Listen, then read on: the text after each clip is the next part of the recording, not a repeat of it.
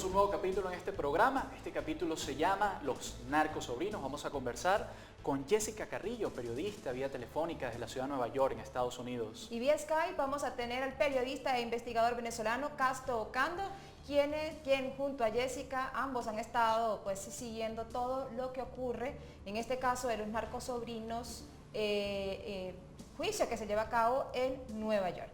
A los dos, a ambos, bienvenidos a Es Noticia Venezuela. Gracias por la invitación. Ok, con permiso del señor Ocando, vamos a empezar primero con las damas, valga la cortesía.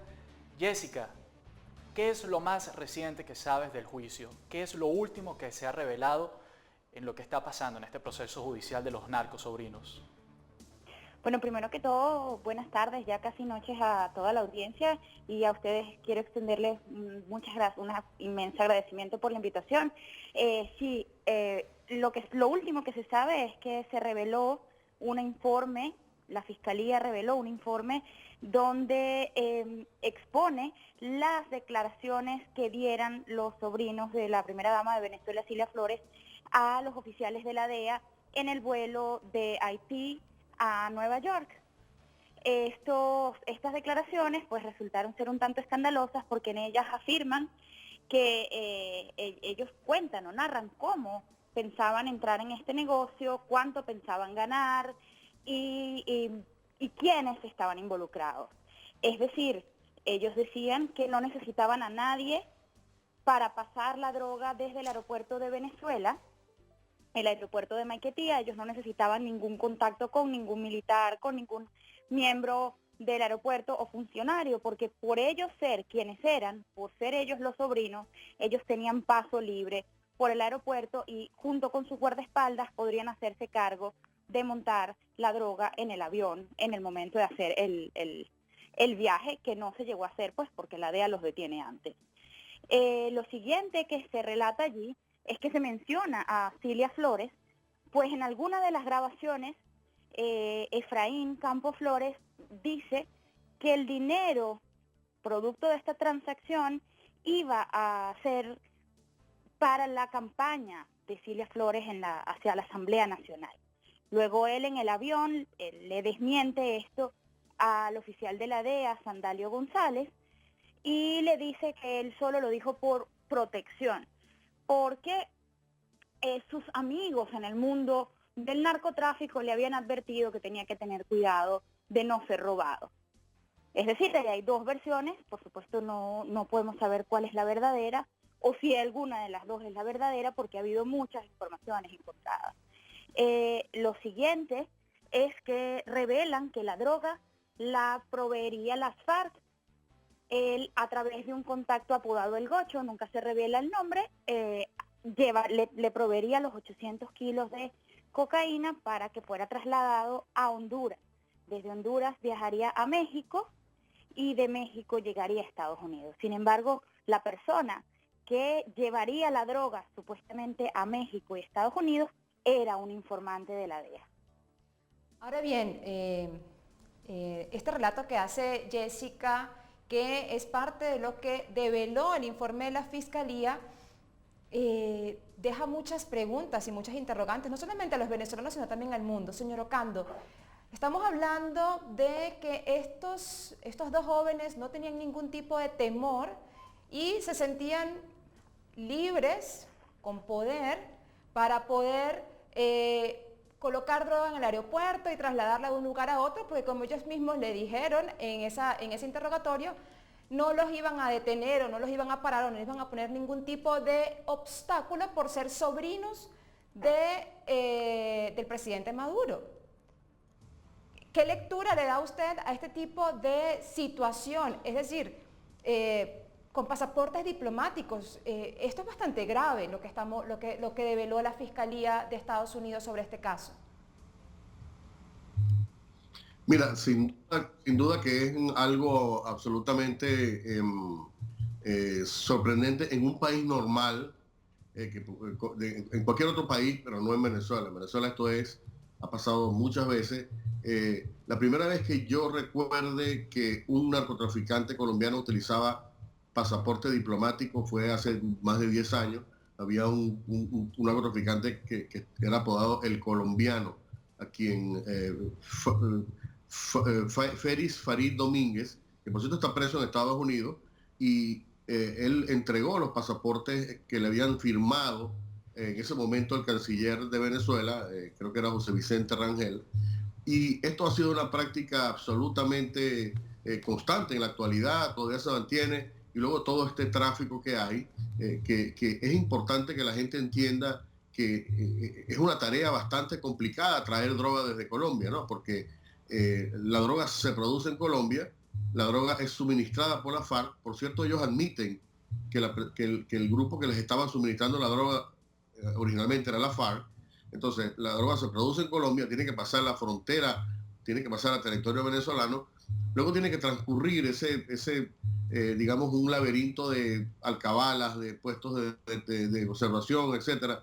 Después llegar al aeropuerto y en el aeropuerto pasar por una serie de supuestos controles de seguridad, de modo que ahí tiene que haber una extraordinaria organización que parte desde la FARC, el contacto con la FARC, la vigilancia, el paso por los puestos fronterizos, por los puestos de vigilancia al llegar al aeropuerto, guardias nacionales, ejército, o sea, y luego entonces estas personas dicen que ni siquiera necesitan de pedirle permiso a nadie porque ya ellos tienen sus contactos, es decir, que había una organización previa, es decir, estas personas tenían acceso antes de la operación a toda esta, digamos, estructura operacional a través del cual ellos pensaban transportar 800 kilos de cocaína. Y luego entonces viene el tema del uso también, ¿no?, que ellos hacen de los pasaportes diplomáticos. Por ejemplo, mira, nosotros hicimos una investigación para mi portal, que es verticenews.com, sobre las veces que ellos utilizaron el pasaporte diplomático.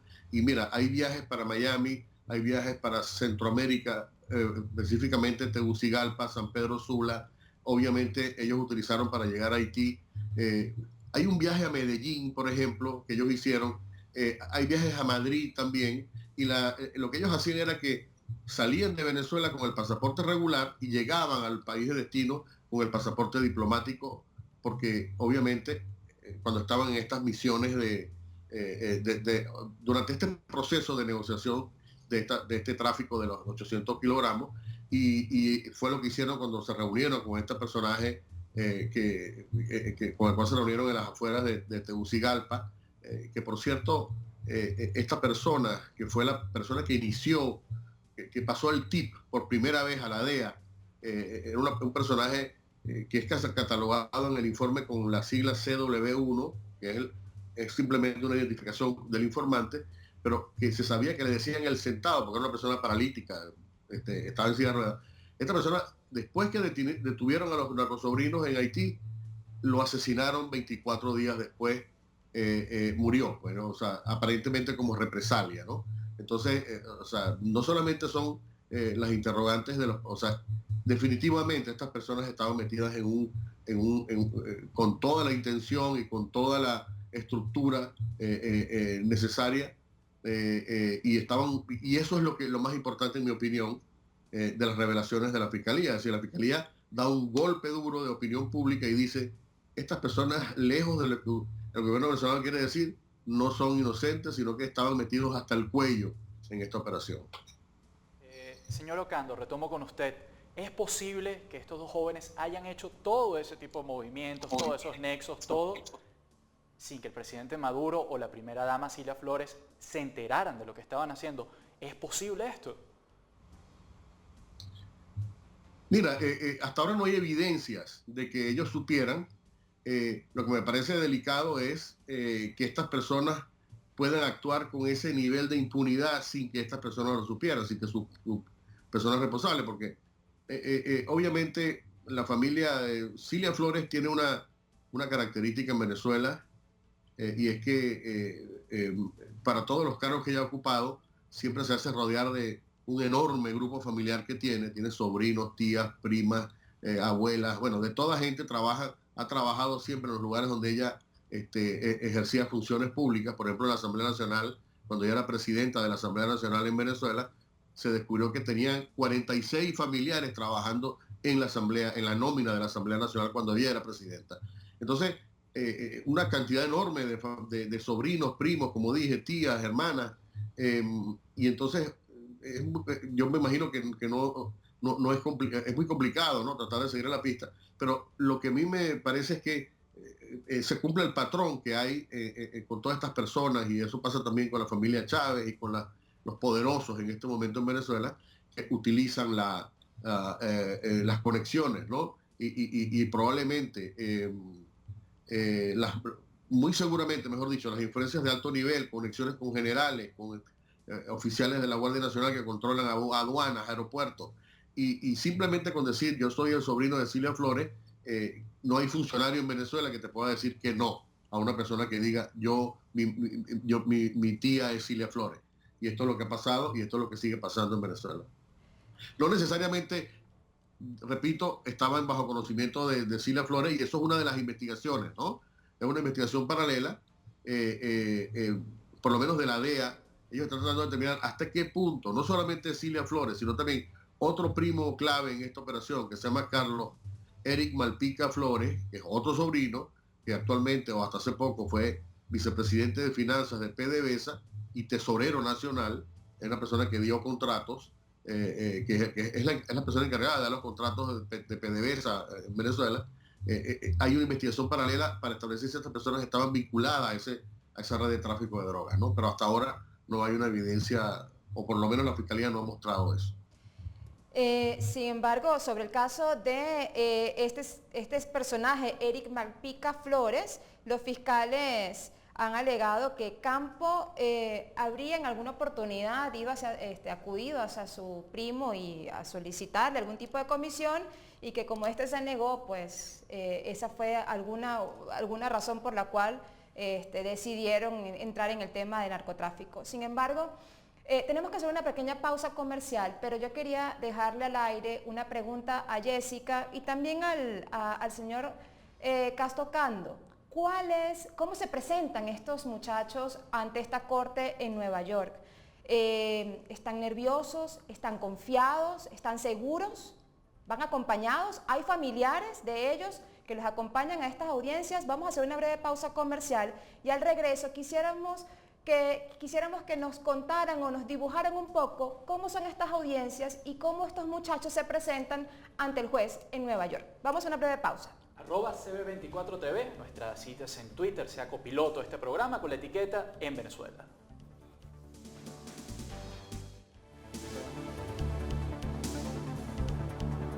Usted está viendo Es Noticia Venezuela a través de CB24. Estamos en un capítulo que hemos bautizado Los Narcosobrinos, ya un término muy conocido por todos los medios. Estamos conversando con la periodista Jessica Carrillo y el periodista Castro Ocando, ambos en Estados Unidos. Jessica, y te dejábamos una pregunta al aire. ¿Cómo se presentan estos muchachos, estos sobrinos del presidente Maduro, ante el juez en Nueva York? ¿Cuál es su actitud? ¿Van acompañados? ¿Van solos? Su actitud ha ido cambiando a lo largo del desarrollo de las audiencias y del caso. Yo recuerdo que en la primera audiencia la actitud de estos muchachos era un poco como más altiva.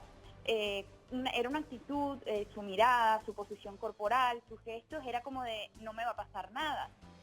Ya sin embargo en las audiencias posteriores, cuando ya hubo estos cambios de abogados, cuando ya el caso estaba un poquito más encaminado, sí, ya la actitud era un poco como más de miedo. Inclusive en algunas audiencias fue visible o fue muy obvio el nerviosismo de Efraín, porque hasta las lágrimas se veían y se persignaba repetidas veces. En la primera audiencia sí había alguien dentro del público que estaba allí en la sala que parecía ser algún familiar, sí, porque se notaba visiblemente afectado, como sin haber dormido, con mucha cara de preocupación, y había como varias personas de la embajada de Venezuela que provenían de Washington. Sin embargo, no hubo forma de que ninguno de ellos dijera o se identificara, solamente pudimos identificar a un abogado que era miembro del bufete Squire Patton Box, que llamado Gerardo Anzola, que es venezolano, no era abogado del caso, pero trabajaba en la misma firma, y pues suponemos que era el enlace entre estos muchachos y la firma de abogados, porque igual este hombre había trabajado en PDVSA, y este bufete tenía un nexo muy importante con PDVSA. Eso fue en la primera audiencia. Ya en las siguientes audiencias no se ha visto más nadie que pareciera de sus familiares. Ellos están solos. Jessica, cuéntanos un poco quiénes los están defendiendo y sobre todo quién está pagando la factura de la defensa. Bueno, en principio esto ha sido un ir y venir de abogados. Ellos comenzaron con el bufete de abogados Squire Patton Boggs, un bufete muy reconocido en Estados Unidos y a nivel mundial. PDVSA era uno de sus grandes clientes. De hecho, PDVSA pagó una factura muy alta en lobby en años anteriores. Estos dos abogados se presentan el día de la audiencia y la fiscalía pues habla de un conflicto de intereses, porque dos abogados, un mismo grupo de abogados no puede tener a dos defendidos del mismo caso, porque puede generar lo que en la ley de acá se llama conflicto de intereses, es decir, podrías afectarle la pena a otro, beneficiar uno más que otro, y tú como abogado pues debes la lealtad a tus clientes. Por esta razón, ese día, Efraín Campos Flores se presenta solo con este bufete privado, Squire Patton Boggs, y Frankie lo defiende un defensor asignado por la corte. Esto estuvo un tiempo así, y luego en la siguiente audiencia, Squire Patton Boggs renuncia y entra un defensor igualmente asignado por la corte, Cafani Nkrumah. Los rumores que se corrieron en ese momento es que no pudieron mostrar la legitimación de capitales. Es decir, los abogados tienen que mostrar a la corte que el dinero que ellos están recibiendo por ese trabajo, por asesorar a sus clientes, por defenderlos, no es dinero sucio. Y al parecer, algo ocurrió que ellos no pudieron cobrar porque ellos declararon a la prensa ese día que ellos no habían cobrado nada, o no públicamente por lo menos.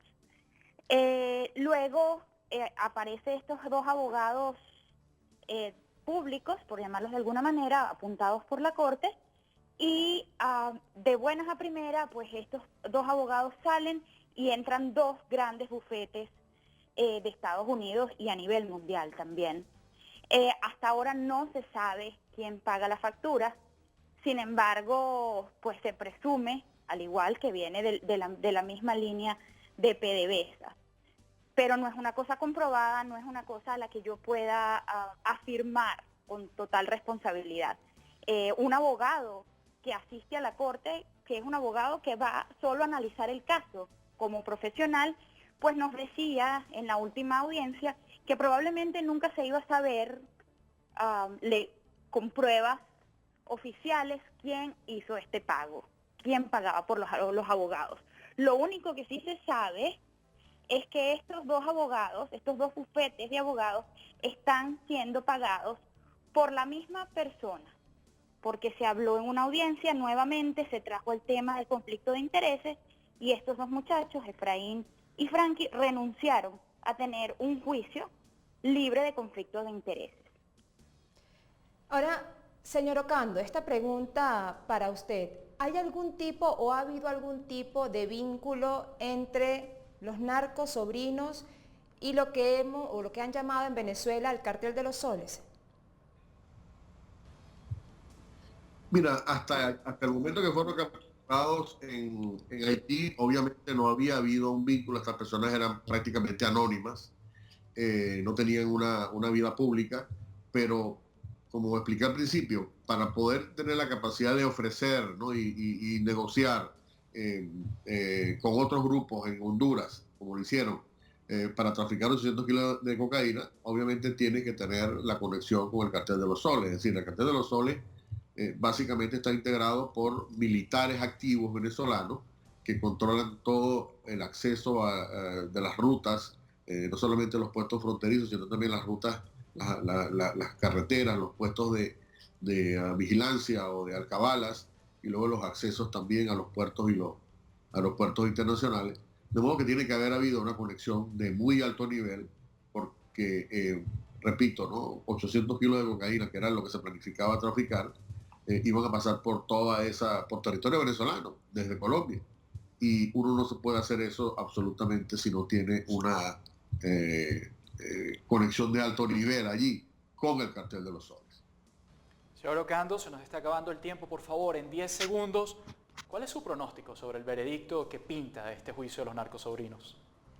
Yo creo que las evidencias han sido aplastantes. Yo creo que hay un nivel detallado, hay más de 10 horas entre video y audio, hay documentos, hay informantes. Yo creo que esto definitivamente va a llegar a una conclusión de culpabilidad.